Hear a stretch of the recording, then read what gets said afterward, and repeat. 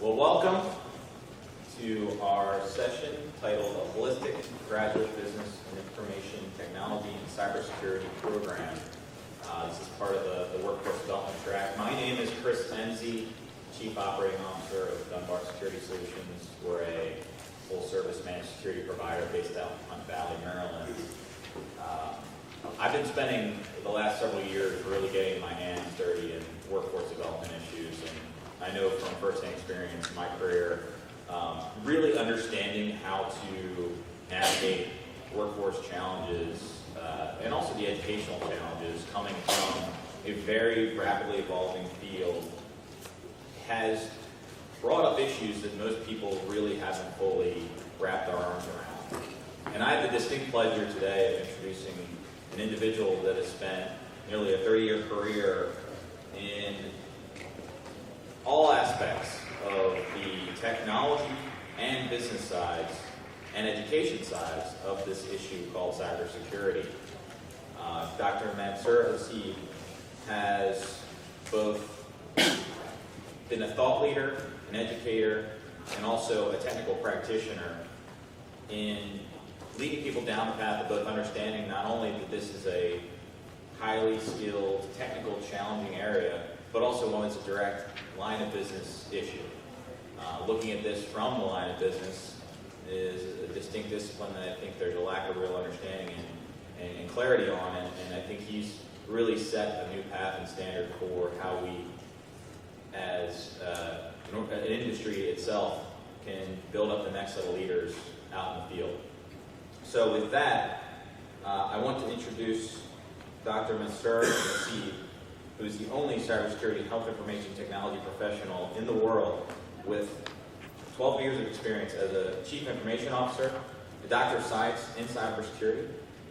He holds a CISSP, a PMP, and a CPE-HIMS certification. He has 2 published books on cybersecurity. He's a global thought leader.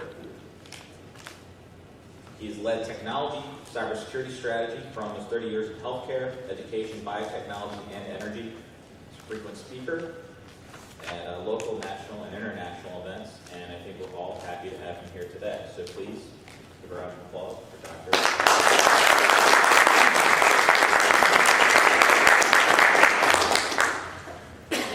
Thank you, Chris.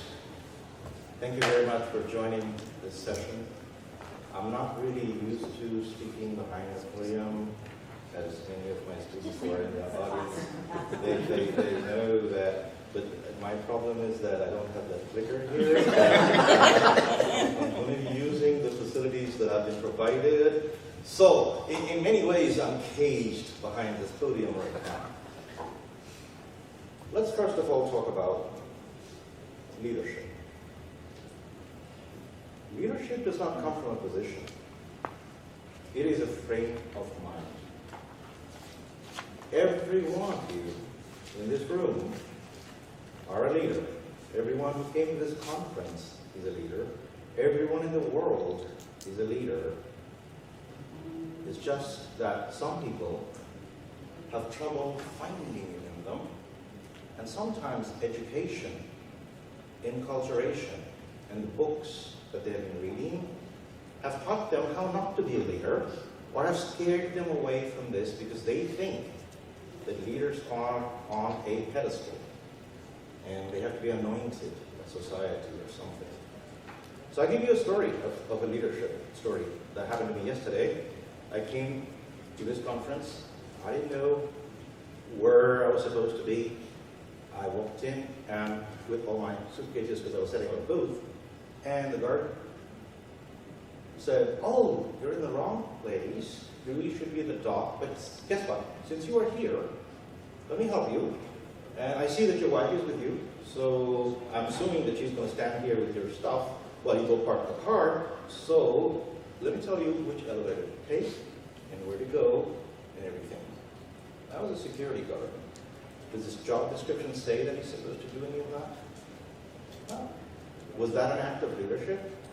Absolutely. Absolutely. Then, I came to the attending desk, and just accidentally they had not made the card for my wife. And guess what? One of the staff members, it said on his title, staff member. He took my wife aside and said, "What's her name? Where do you work?" She works in the Anne Arundel County Public School System. He put all that in her card and made that card for her, and would have stopped there. He didn't. He said, "Where's your booth?" His number. And then he carried some of my stuff and took me to the booth where my booth was. And he said, "I just want to make sure you're comfortable." Was that an act of leadership? Now, did he need to do any of that? No. So to my students, this is what I'm teaching. I'm teaching cybersecurity leadership because we have seen all these problems. I can guarantee you, and you will see if you do a Google search of my name, that I've given many talks about this subject. I've analyzed all of these breaches. None of them were as a result of technology failures or anything. It was all a failure of leadership. And this is why I don't teach technology to my students, because technology is going to change. If they have the fire in their belly and they have the passion, they're going to learn every new technology that comes along the way. But if I teach them leadership, that's going to last them a lifetime.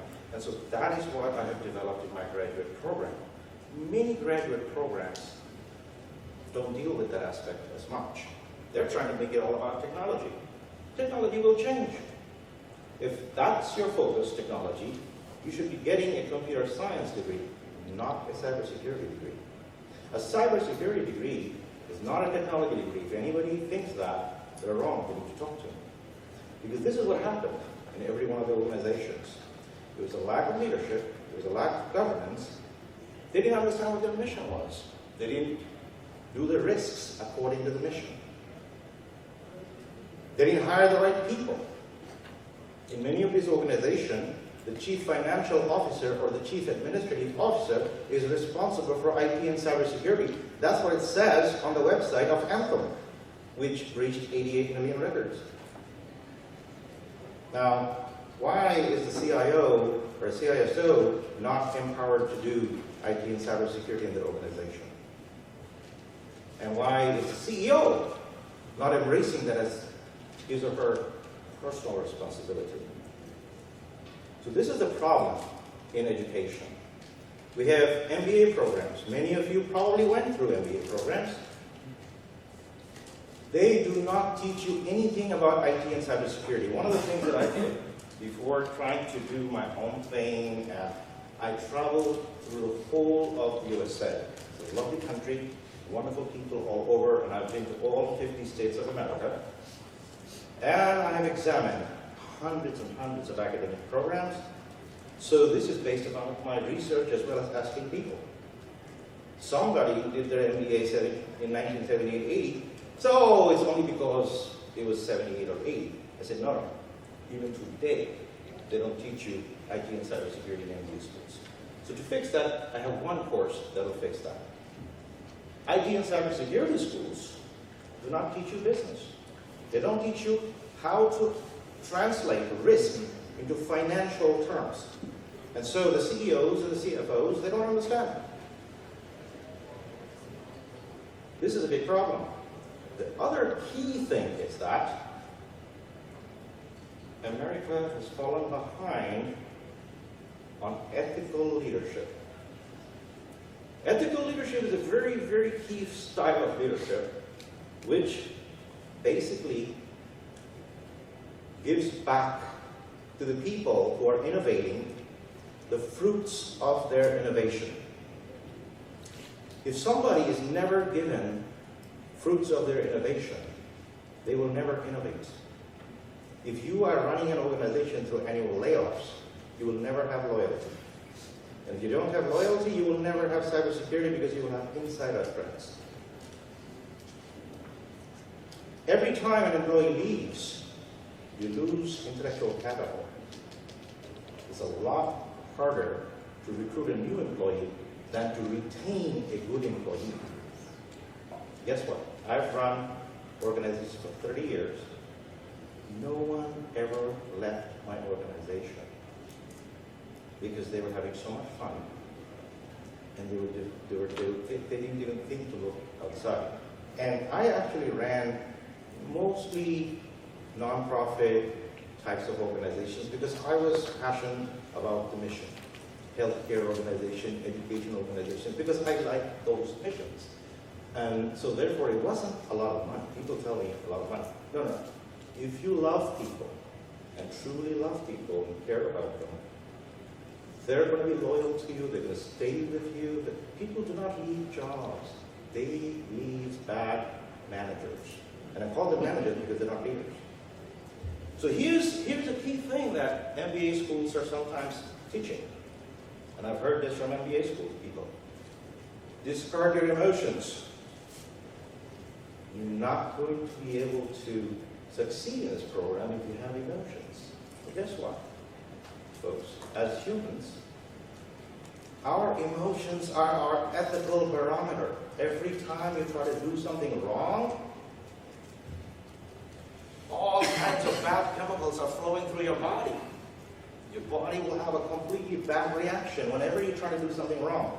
Whether it's stealing, unequal things, lying, being unjust to people, you will feel it. So you cannot get rid of emotions. If you do, you will never succeed as a true leader. Now, here's another big problem.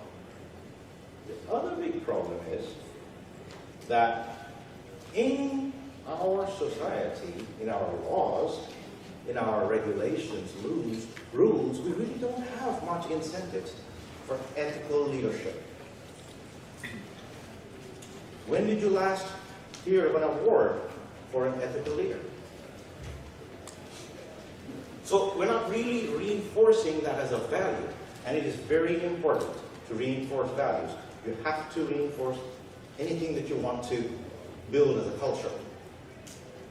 Even in our accounting system, notice that if you buy a building, it's considered capital expense, completely different set of accounting rules for that. But when I hire an individual, what am I hiring? I am hiring a lifetime of intellectual production and productivity and innovation. So why, even though I pay lip service to the term human capital, why is it that we don't treat human capital in our accounting system as true human capital? Why is it that we can get away with laying off 1,000 people and it's an immediate reduction of our expenses? That's crazy. That is absolutely crazy. Now, I cannot do anything about that, but I can raise awareness about it, and that's what I'm trying to do. And see, the future value of a human being that I'm, intellectual that I'm hiring, has also got to play into that accounting system. Because right now, if you buy a building, as it appreciates or depreciates, that value is somehow reflected in your accounting system. But isn't an employee appreciating as the person stays in your organization? But we don't account for that. And we don't pay for that either. So it's a big problem. Now, it will change. It will require changes. So, this is the big need that we have. We will need IT and cybersecurity strategists in the C-suite. Because here's the problem. Most CEOs today are running through a financial lens. Everything is about money. Sometimes they don't even care about the mission. You probably heard the story of JCPenney very recently, right? Person came from some elite business school, had really no clue about what JCPenney's business was or what it was supposed to do, but some books taught the person some things, and he immediately tried to change the culture, didn't understand the shopping people or anything like that. I actually worked for a company here in Baltimore, one of the most wonderful companies I've ever worked for, Constellation Energy. Used to be that we would always grow our CEOs from the company. Until one day, even that company decided, maybe we want to get a financial expert And that was the person who eventually did things that required the company to be sold. So all of a sudden, one of the jewels of Baltimore no longer belongs to Baltimore or Maryland. So it belongs to Exelon. Now Pepco is going to Exelon potentially. So this is a big problem. Now, unfortunate thing is, even though CEOs and financial officers, CFOs may be causing financial issues, they often don't lay themselves off, even though that 1 or 2 position layoff would actually save the future of the company sometimes. I'll tell you a story of a CEO. So I went to Virginia Beach the other day to meet with a client, and I ran across a chief financial officer. He's a human resource officer, very ethical leader, amazing personality. So I said, wow, you're one of the most ethical CFOs I've ever met. So tell me your story. I mean, how are you here? Because he had a Boston accent. So he told me that, yeah, I was with this massive company headquartered in Boston, Massachusetts. But we had a new CEO come in, successful company, asked him, so how much of a bonus are we going to get this year?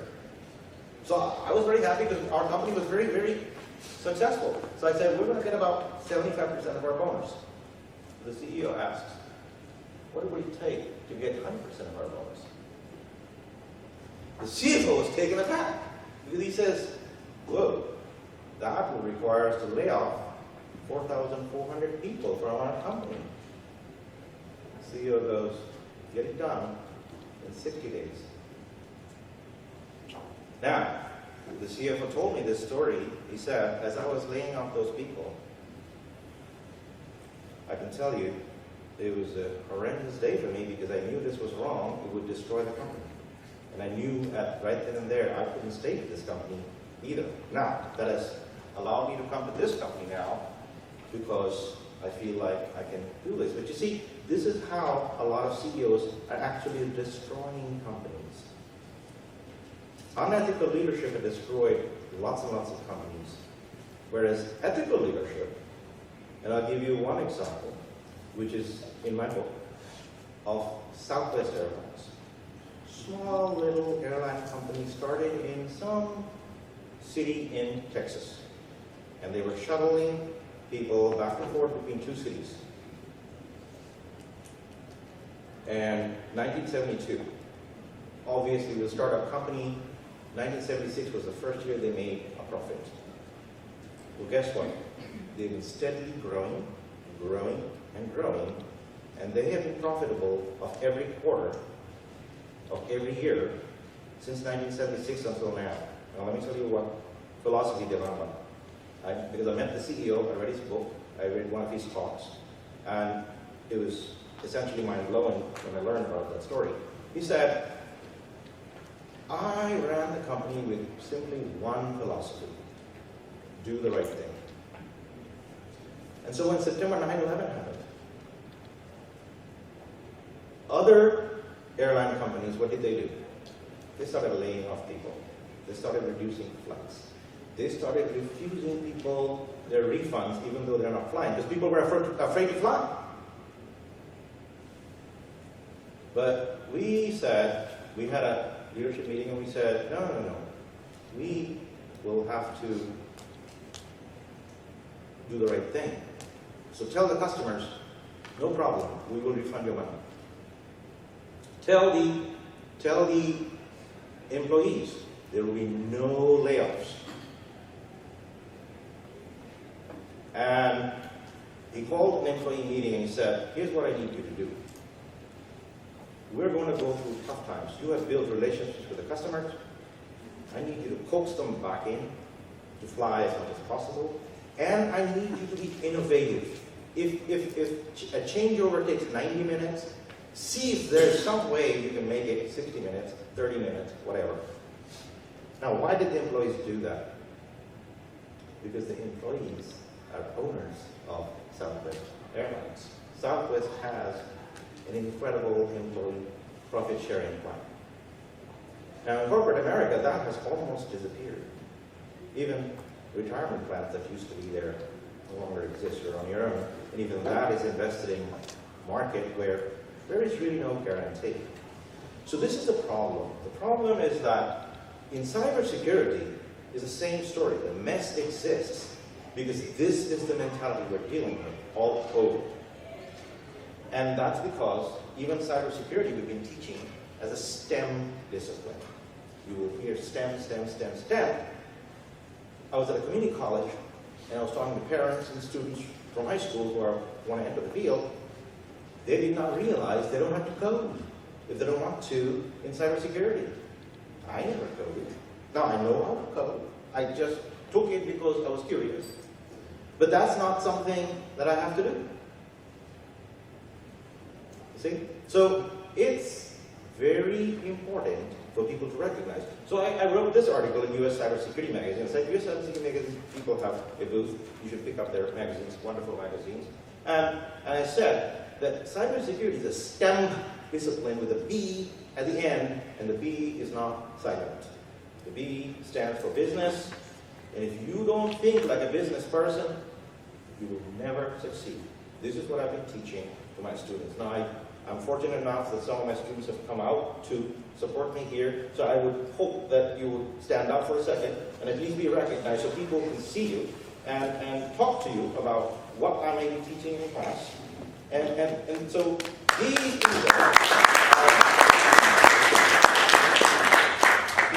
are the people who are going to lead America to another century of greatness is what I believe. That's what I'm building. I'm building this ethical barometer. I'm telling them, don't stop being a CISO or a CIO.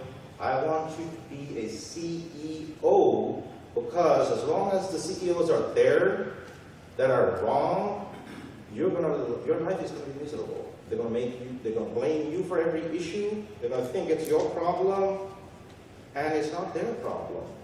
They don't become a scapegoat. So I've actually coached them on finding out ethical leaders. And how do you find that out? So I actually told them that when you go to talk to a leader or a CEO, ask how many people work for them. That's actually a trap question. Because even though I have led organizations for 30 years, nobody ever worked for me. What was the difference?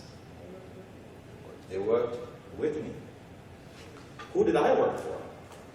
I wasn't working for some president or whoever. I was working for the mission of the organization that I was serving and the people that I was serving. So even right now, officially my boss may be the director of cybersecurity or whatever in the UMBC program or UMUC program or Bay Path University, wherever I teach. But who am I truly working for? Who do I really have to please? These people right here. If I cannot please them and develop that leadership, the jewel that's in them, because everybody has an inner leader, I already told you that. So I have to help them find that. Right now, sometimes they're raw material for me. A diamond doesn't have the sparkle initially. What I do is I make that polish and I make that diamond sparkle. But I don't do it by straitjacketing them and telling them this is what you have to do. I might tell them what needs to be done, the objective, how they do it. They will use their own personality, their own fun, their own leadership to do what works for them. So why is cybersecurity not a STEM discipline? Because look at all the kinds of people that we need in cybersecurity in my classes. I have some people from a political science background, right? I myself have a master's degree in political science. My bachelor's degree is in economics. Now, I joke sometimes with my students that I have to wait until the cybersecurity field was invented to earn my Doctor of Science degree, because back then we didn't have it. But in reality, I was doing cybersecurity for 30 years, because cybersecurity is nothing more than business strategy. Okay? So this is what cybersecurity is. It's the dynamic model of cybersecurity. Now over here, notice some things. There's a time dimension. So this model is in the US Cybersecurity magazine of October 2014. And so you can look at the archives, or this model is also in my book. So that was where it was published first, and then I published it in cybersecurity. Because I wanted to spread this out. I also have a YouTube video that has this model and my explanation of cybersecurity and a lot of things that I talked about today. But the basic concept over here is that you need three tools to succeed: people, process, and technology. And in reality, technology is the last, because why? Over here, mission, risk, and governance is the foundation of this model. Why? Because you don't have unlimited resources. You will never be able to fix every issue. So you have to do a business risk calculation. What am I going to address first? And you have to have a strategy and a long-term plan. What am I going to do first? What am I going to do next? So always, as a chief information officer, that's what I was doing. Long-term strategy, as well as some short-term tactics. Okay? So if that is the case, then why don't we define cybersecurity in this manner? Notice that in the industry, there is no real definition of cybersecurity that's widely accepted. So this is why I've offered this. This definition encompasses the entire model, because cybersecurity is the strategic. And strategic basically means this is mission-focused and risk-optimized management of information technology and systems, and has to maximize confidentiality, which is make sure the right people have access, the wrong people don't have access. The right people and the wrong people could be inside the organization. They don't have to be in China. So this is something we've been doing for my entire career. Okay? Integrity. Why is integrity important? Because without the ability to trust the information that I'm seeing, I cannot make the decision. My decision is going to be wrong. And as well as the availability of the system. So if the system is not available, it's going to be down. What good is it? Right? So when I was doing the nuclear power plant network, that was from 1990 to 1996.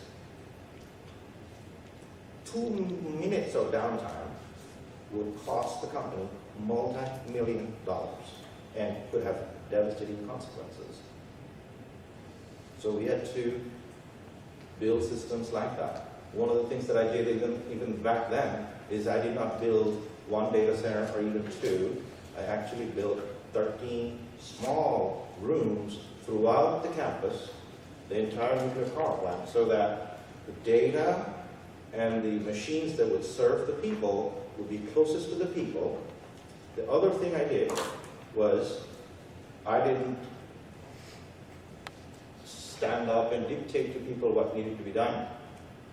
I set up the environment, and then I spent hours training their people. So I trained about 100 people in every business unit to know how to do this, because network was a new thing at that time.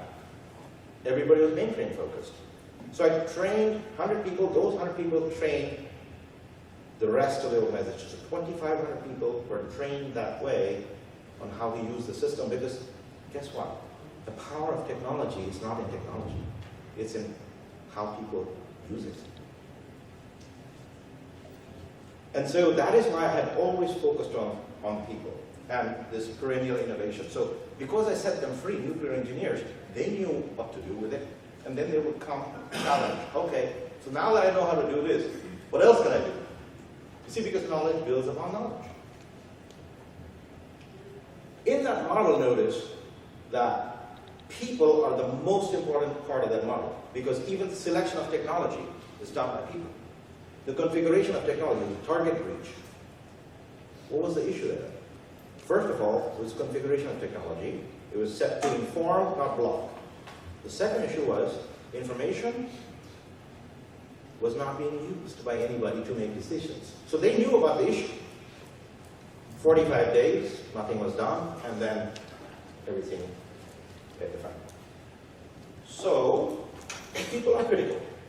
So what did I do with my doctoral program and master's program? So therefore, because of all these issues, and because of this model, because of this holistic model, I developed this Master of Science program and Doctor of Science program, Business Information Technology and Cybersecurity all combined.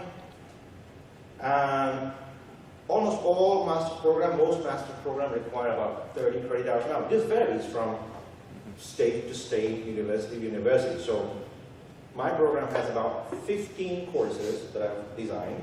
So 15 times 3 is typically 45 credit hours. So even a university with 45 credit hours could implement my program in total. 30 credit hours will still give people a lot of choices because a student might want to concentrate on the healthcare vertical, or the education vertical, or the finance vertical. I'm not going to dictate where the student's passion might be. So we have some choices there. You see? But the key thing is that this program has all of the model. We will teach about people and leadership. We will teach about policy, and we will teach about how to use technology. And technology itself also. Okay? The other thing is that we know that certifications are important because people need to be in a job. So during this master's program, the students will actually earn the knowledge to pass the CompTIA Security Plus exam, the CISSP exam, and the PMP exam. So in my book, I talk about the role of a cybersecurity leader, CIO, and all that. And project management is a key job function. So this teaches them that also. The other thing about this program is that, so when a university implements my program, so this program is available to any university in the world that chooses to implement it. One of the distinctions about my program is that I require the delivery of the instruction to be synchronous. What does synchronous mean? Synchronous means that all the students will come to class together. They're just not geographically bound, that's all. They can be anywhere in the world, but we want them to come together because in a graduate program, I cannot imagine a class of learning where people like this, who are already professionals, can bring their issues and discuss in class. I cannot imagine that. That wouldn't ever work, right? Don't you have fun interacting and engaging with each other? And reading each other's papers and providing constructive comments? What happens is that students, so each of my students might be researching companies. I have a class of 25 students. They're researching 25 companies. Now, if every student, I only require students read 8 papers minimum. So I divide them into groups. But they're available, all 25 papers are available for everyone to read. Now, because I want learning, constructive learning, one of the key features of this program is continuous constructive feedback loop. So everybody is required to submit a draft paper a few days before the final paper is due. They are required to do that. They will actually lose grades if they don't submit that draft paper. Why is that draft paper important? Because I want members of their team, group, and me to provide them constructive feedback. Because learning is what? I'm building about the learning. So they read each other's papers, I read, we provide constructive feedback. And that is why, now 8-week classes, so again, you can do one class at a time. And if a university has a SACS accreditation or MHEC accreditation, it doesn't matter. Because every university's accreditation is different. So we will work you through that. The Doctor of Science program, the only difference is that it's 54 credit hours. There are about 18 plus courses. So once again, it can be done anywhere. The beauty is, no need to do 2 degrees. You don't have to do an MBA and an IT or cybersecurity degree. You can only do 1. And it addresses the complete model. We're building organizational leaders of tomorrow. And it's people-powered innovation. Now, I'll be at booth 227. So I would invite you to browse through my books and publications. If you like the presentation, talk about it, tweet about it at #LetCyber. Connect with me on Twitter at @mhasib. And thank you very much for attending my presentation.